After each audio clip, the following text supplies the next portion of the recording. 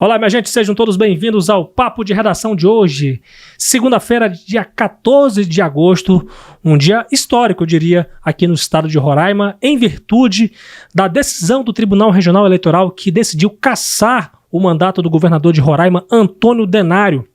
A acusação é de ele ter praticado uma conduta proibida em ano eleitoral por ter ampliado um programa assistencial, no caso o Cesta da Família, de 10 mil beneficiários para 50 mil beneficiários desse programa social. Já eu falo, a gente também vai ter alguns destaques rápidos de polícia aqui, mas vamos dar o espaço devido para esse assunto. Participe conosco, falando a sua opinião a respeito dessa decisão, né? Evidentemente que existem muitos posicionamentos a favor e contrários, e a gente quer muito a sua participação aí. Envie o seu comentário aí pela seção de comentários no Instagram, você que está acompanhando aí pelos cortes do Instagram, e também pelo YouTube. E também, claro, evidentemente, pelo nosso zap, o 999-715300, que a gente vai ter o maior prazer para poder ler aqui no podcast na próxima edição do nosso Papo de Redação. Lembrando também que a gente está disponível agora na Amazon e também na plataforma Spotify. Sejam todos bem-vindos aí para vocês que estão acompanhando a gente também por essas plataformas. Mas vamos começar falando sobre isso, né? Como eu estava falando aqui, o Tribunal Regional Eleitoral decidiu por 4-3 cassar o mandato do governador de Roraima, Antônio Denário, por esse motivo, né, de ter ampliado em ano eleitoral o programa Cesta da Família, de 10 mil para 50 mil beneficiários. E aí você me pergunta quem foram os juízes que votaram pela cassação, que se tratam aí dos juízes Felipe Bousada, que é o relator da denúncia, e das juízas Joana Sarmento, a juíza Joana Sarmento e as desembargadoras Tânia Vasconcelos e Elane Bianchi, que é presidente do TRE. Luiz Alberto Moraes Júnior opinou por manter multa, mas retirar o mérito da cassação, e Francisco Guimarães e Ataliba Moreira pediram a improcedência da denúncia protocolada pelo Diretório Estadual do Avante. O julgamento começou com 2 votos pela cassação e a retomada desse julgamento foi retomada nesse caso, né, com 2 votos pela cassação. A análise do mérito da ação começou a ser feita com o voto do juiz Francisco Guimarães, que na sessão de 26 de junho tinha levantado uma questão de ordem sobre uma possível prejudicialidade desse processo seguir em virtude da não citação do vice-governador Edilson Damião, do Partido Republicanos, o que poderia, consequentemente, extinguir esse processo, né? O relator da denúncia, no caso o juiz Felipe Bousada, reiterou seu voto pela cassação do Denário e que foi acompanhado pelas juízas Joana Sarmento, a desembargadora Tânia Vasconcelos e a também desembargadora Elane Bianchi, presidente do Tribunal Regional Eleitoral. Agora o juiz Luiz Alberto de Moraes Júnior, agora entrando no mérito dessa questão, né, entendeu a gravidade da denúncia, mas pediu para retirar essa questão da cassação. No entanto, manter a multa fixada, né, pelo relator. Para ele, nem toda conduta vedada de abuso de poder político, né, e também de inelegibilidade, enfim, implica multa, cassação e inelegibilidade, né? Portanto, defendeu a preservação da escolha dos eleitores de Roraima e, portanto, Francisco Guimarães e Ataliba Moreira foram os únicos juízes que pediram a improcedência total da denúncia. E aí eu chamo a atenção para um detalhe, aproveitando que a Dina Vieira está aqui comigo, nossa editora-chefe do nosso jornal. Prazer estar recebendo você aqui, Dina. O protagonismo feminino nessa decisão, né? Porque você vê aí, com exceção, evidentemente, do relator da ação, que é o juiz Felipe Bousada, pediu a cassação, né? Daqui a pouco a gente fala também o que essa decisão implica, né? Mas também esse voto acabou sendo acompanhado pelas 3 mulheres, né? A Joana Sarmento, a Elane Bianchi, que é a presidente do TRE, a corregedora-geral, a Tânia Vasconcelos. Você tem alguma opinião em relação a esse protagonismo feminino das mulheres, né? Também na justiça eleitoral? Lucas, né? A gente percebe aí a presença, né, das mulheres nessa bancada ali do TRE, né, bem forte, né, 3 mulheres aí, e que tomaram, né, uma decisão como você disse no começo, histórica, né? Uhum. Então, mostrando aí mesmo, né, essa importância da presença feminina e que elas deram aí o seu parecer, né, jurídico, técnico, estudaram o caso, né, Uhum. e deram aí o seu voto pela cassação do Denário, que pode aí vir a ser cassado, né, se o recurso Futuramente, dele, né? futuramente. Pois é, a gente não entrou ainda na questão do que se trata, né? Mas, evidentemente, o protagonismo de mulheres tomando uma decisão, né? Que, historicamente, foram tomadas por homens, né? E teve outros governadores que foram cassados, né? E agora, eu te pergunto, Dina, falando agora sobre essa questão do processo, né? O Denário, ele continua governador de Roraima enquanto isso? Sim, né?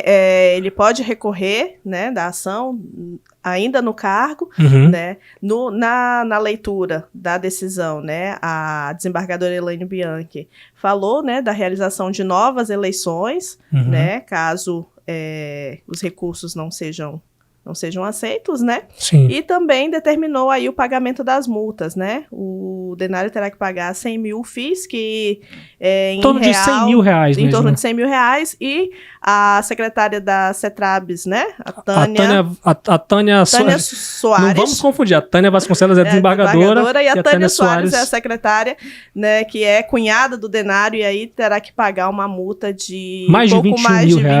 reais. Certo. Então, novas eleições, essa decisão ela implica novas eleições e multa de mais de 100 mil reais para o governador e mais de 21 mil reais para a secretária de Estado do Trabalho e Bem-Estar Social, Tânia Soares.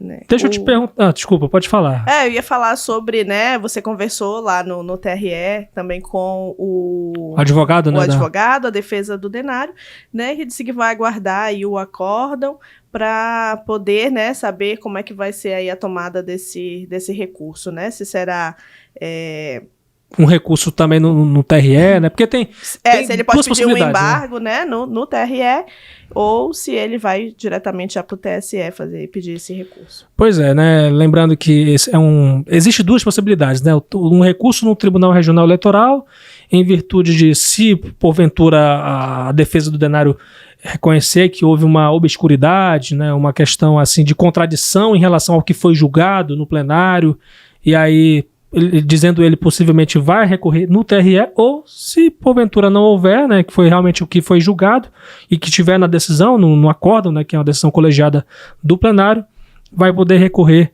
ao Tribunal Superior Eleitoral. O Antônio Denário, governador, se manifestou, né, Dina? Sim, ele emitiu uma nota nas redes sociais, né? Além disso, também o governo do estado também emitiu uma nota, né? E ele disse estar com a consciência tranquila, né, e que confia aí nas instâncias superiores eleitorais, né? Então já está planejando aí recorrer em instâncias superiores, é o que se dá a entender aí pela nota. O governo de Roraima também fez uma nota institucional a respeito disso, né? Sim, o governo disse que essa decisão não vai implicar em nenhum andamento de projetos que o governo venha desempenhando e que o governo segue aí normalmente. Pois é, inclusive aí lembro aqui também que claro, evidentemente uma decisão que repercute nacionalmente, né? E também no nosso cenário político, você lembra aí também que eu vi hoje, por exemplo, deputados federais, eu vi o Albuquerque, Estélio Denner, pessoas, os aliados do Denário, né? Prefeitos municipais, eu vi o prefeito de Bonfim também se manifestando em apoio ao Denário, vi o senador Messias de Jesus também fazendo uma demonstração de apoio, né, ao Denário. Então, a gente vai seguir acompanhando essa repercussão, que eu acho que é assunto para uma semana inteira, um mês inteiro aí. Vamos ver como é que vai ser o transcorrer dessa ação. Tá certo, então, Dina, obrigado aí pela participação e muito trabalho pra gente aí nesses próximos dias. Muito obrigada, à disposição. Vamos seguir aqui agora com notícias policiais. Marília Mesquita, realmente as mulheres estão dominando o mundo, né, Marília? Seja bem-vinda ao nosso papo de redação. A gente trouxe aqui repercutindo um pouco aí sobre a questão de mulheres tomarem decisões importantes, né, como essa da cassação do governador Denário. E a gente trouxe a Dina aqui, que é a editora-chefe do nosso jornal, que na verdade a questão da tomada pelas mulheres no jornalismo, eu acho que não é uma novidade, né, Marília? Aqui na nossa área, né? Isso mesmo, jornalismo. Na verdade, primeiramente, oi Lucas, oi pra você que tá nos assistindo, né? Mal educada, que nem dá oi pra vocês. Desculpa. É isso mesmo, Lucas. As mulheres aí ocupando mais espaço, principalmente antes, onde eram lugares ocupados por homens. Uhum. E essa realidade, ela vem mudando aí, porque o lugar de mulher é onde ela quiser. E é isso. Mostra a sua competência aí e fale pelo menos umas 2 ocorrências que chamaram a atenção da nossa sociedade nesse final de semana. Lucas, toda vez quando eu venho aqui na segunda-feira, geralmente é para falar de mortes, e esse final de semana ele não foi diferente, e dessa vez aí nós tivemos 2 óbitos de 2 pessoas que morreram aí vítima de acidente de trânsito. Uhum. O primeiro óbito, ele aconteceu na noite de sexta-feira, onde um homem de 42 anos, ele morreu após ter a bicicleta atingida por um veículo. De acordo com o motorista lá, ele informou para a PM o seguinte, que o ciclista, ele foi atravessar a via. Esse acidente, ele aconteceu lá na RR 205, lá próximo sentido município de Alto Alegre. E esse ciclista, ele teria tentado atravessar a via quando o motorista acabou colidindo nesse ciclista. O motorista disse que a colisão foi inevitável, ele tentou frear, mas disse que não conseguiu.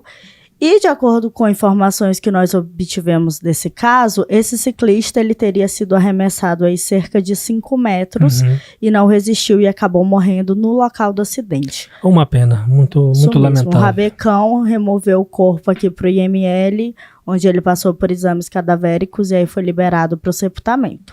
Agora, outra ocorrência também envolvendo morte, né, Marília? Isso mesmo. Uma mulher identificada como Marinês Gomes da Silva, de 45 anos, ela morreu em um acidente na RR 206, na Vila Nova Esperança, lá no município de Bonfim. Esse acidente, ele aconteceu ontem, no domingo. O esposo dessa vítima, era ele quem vinha dirigindo esse carro, e ele informou para a polícia que ele perdeu o controle, acabou capotando, e a Marinês, ela não resistiu e morreu. Tinham, além do marido dela e ela, haviam também outras 2 pessoas que foram encaminhadas aqui para o HGR. Lamentável, muito lamentável mesmo. O pessoal realmente, logo 2 ocorrências que aconteceram em rodovias estaduais, infelizmente levando a óbito aí mais pessoas. A gente, evidentemente, que é sempre bom reforçar a importância de se pensar no próximo, né? E sempre redobrar a nossa atenção. Eu, por exemplo, morro de medo de ficar em rodovia. Olha, gente. Marília, tu já dirigiu em rodovia? Já dirigi uma moto. Nossa, sou louca. Mas o risco ainda é maior. Eu já dirigi uma moto de Rorainópolis para Boa Vista. Claro que não foi esse trajeto todo, mas foi de Rorainópolis para Boa Vista. Passei na BR lá da PRF, me tremendo um pouco, né? Porque eu fiquei, meu Deus, se eles me pararem aqui, será que eu vou alcançar a moto? O pé? Mas assim, já dirigi e a gente tem que ter esse cuidado mesmo, porque do caso do ciclista, o motorista informou que lá na rua, lá na rodovia, lá é escuro. Então ele acabou não vendo esse ciclista. Aqui nesse caso da Marinês, o motorista perdeu o controle, não sabemos ainda o motivo, que isso vai ser investigado pela perícia da Polícia Civil para saber as causas desse acidente. Mas assim, é sempre bom a gente ter uma atenção redobrada, porque a gente tem que dirigir pela gente e pelos outros. Tá certo, Marília. Brigadão pelas informações. Excelente semana pra você, viu? Valeu, Lucas. Até amanhã. Espero que com boas notícias, né? Espero com boas notícias. Valeu. E com essas notícias eu encerro o Papo de Redação de hoje. Agradecer aí os trabalhos técnicos de Aduan Figueiredo, John Hudson, Rio Ferreira e Fabiano Lopes, o nosso editor aqui do Papo de Redação. Aqui quem fala é o Lucas Luquezzi, na apresentação e na produção desse podcast. Participe sempre conosco. Você pode comentar aí, fazer o seu comentário pelas nossas redes sociais. A gente está no Instagram, no Facebook, no Twitter como @FolhaBV, no YouTube como @TVFolhaBV, e agora a gente está em Amazon e Spotify, nos cortes do Instagram também, minha gente. Conto sempre com a sua audiência aqui. Até amanhã às 6 da noite, se Deus quiser. Valeu, gente. E você que tá ligado aí, O nosso podcast está no YouTube agora. Confere lá.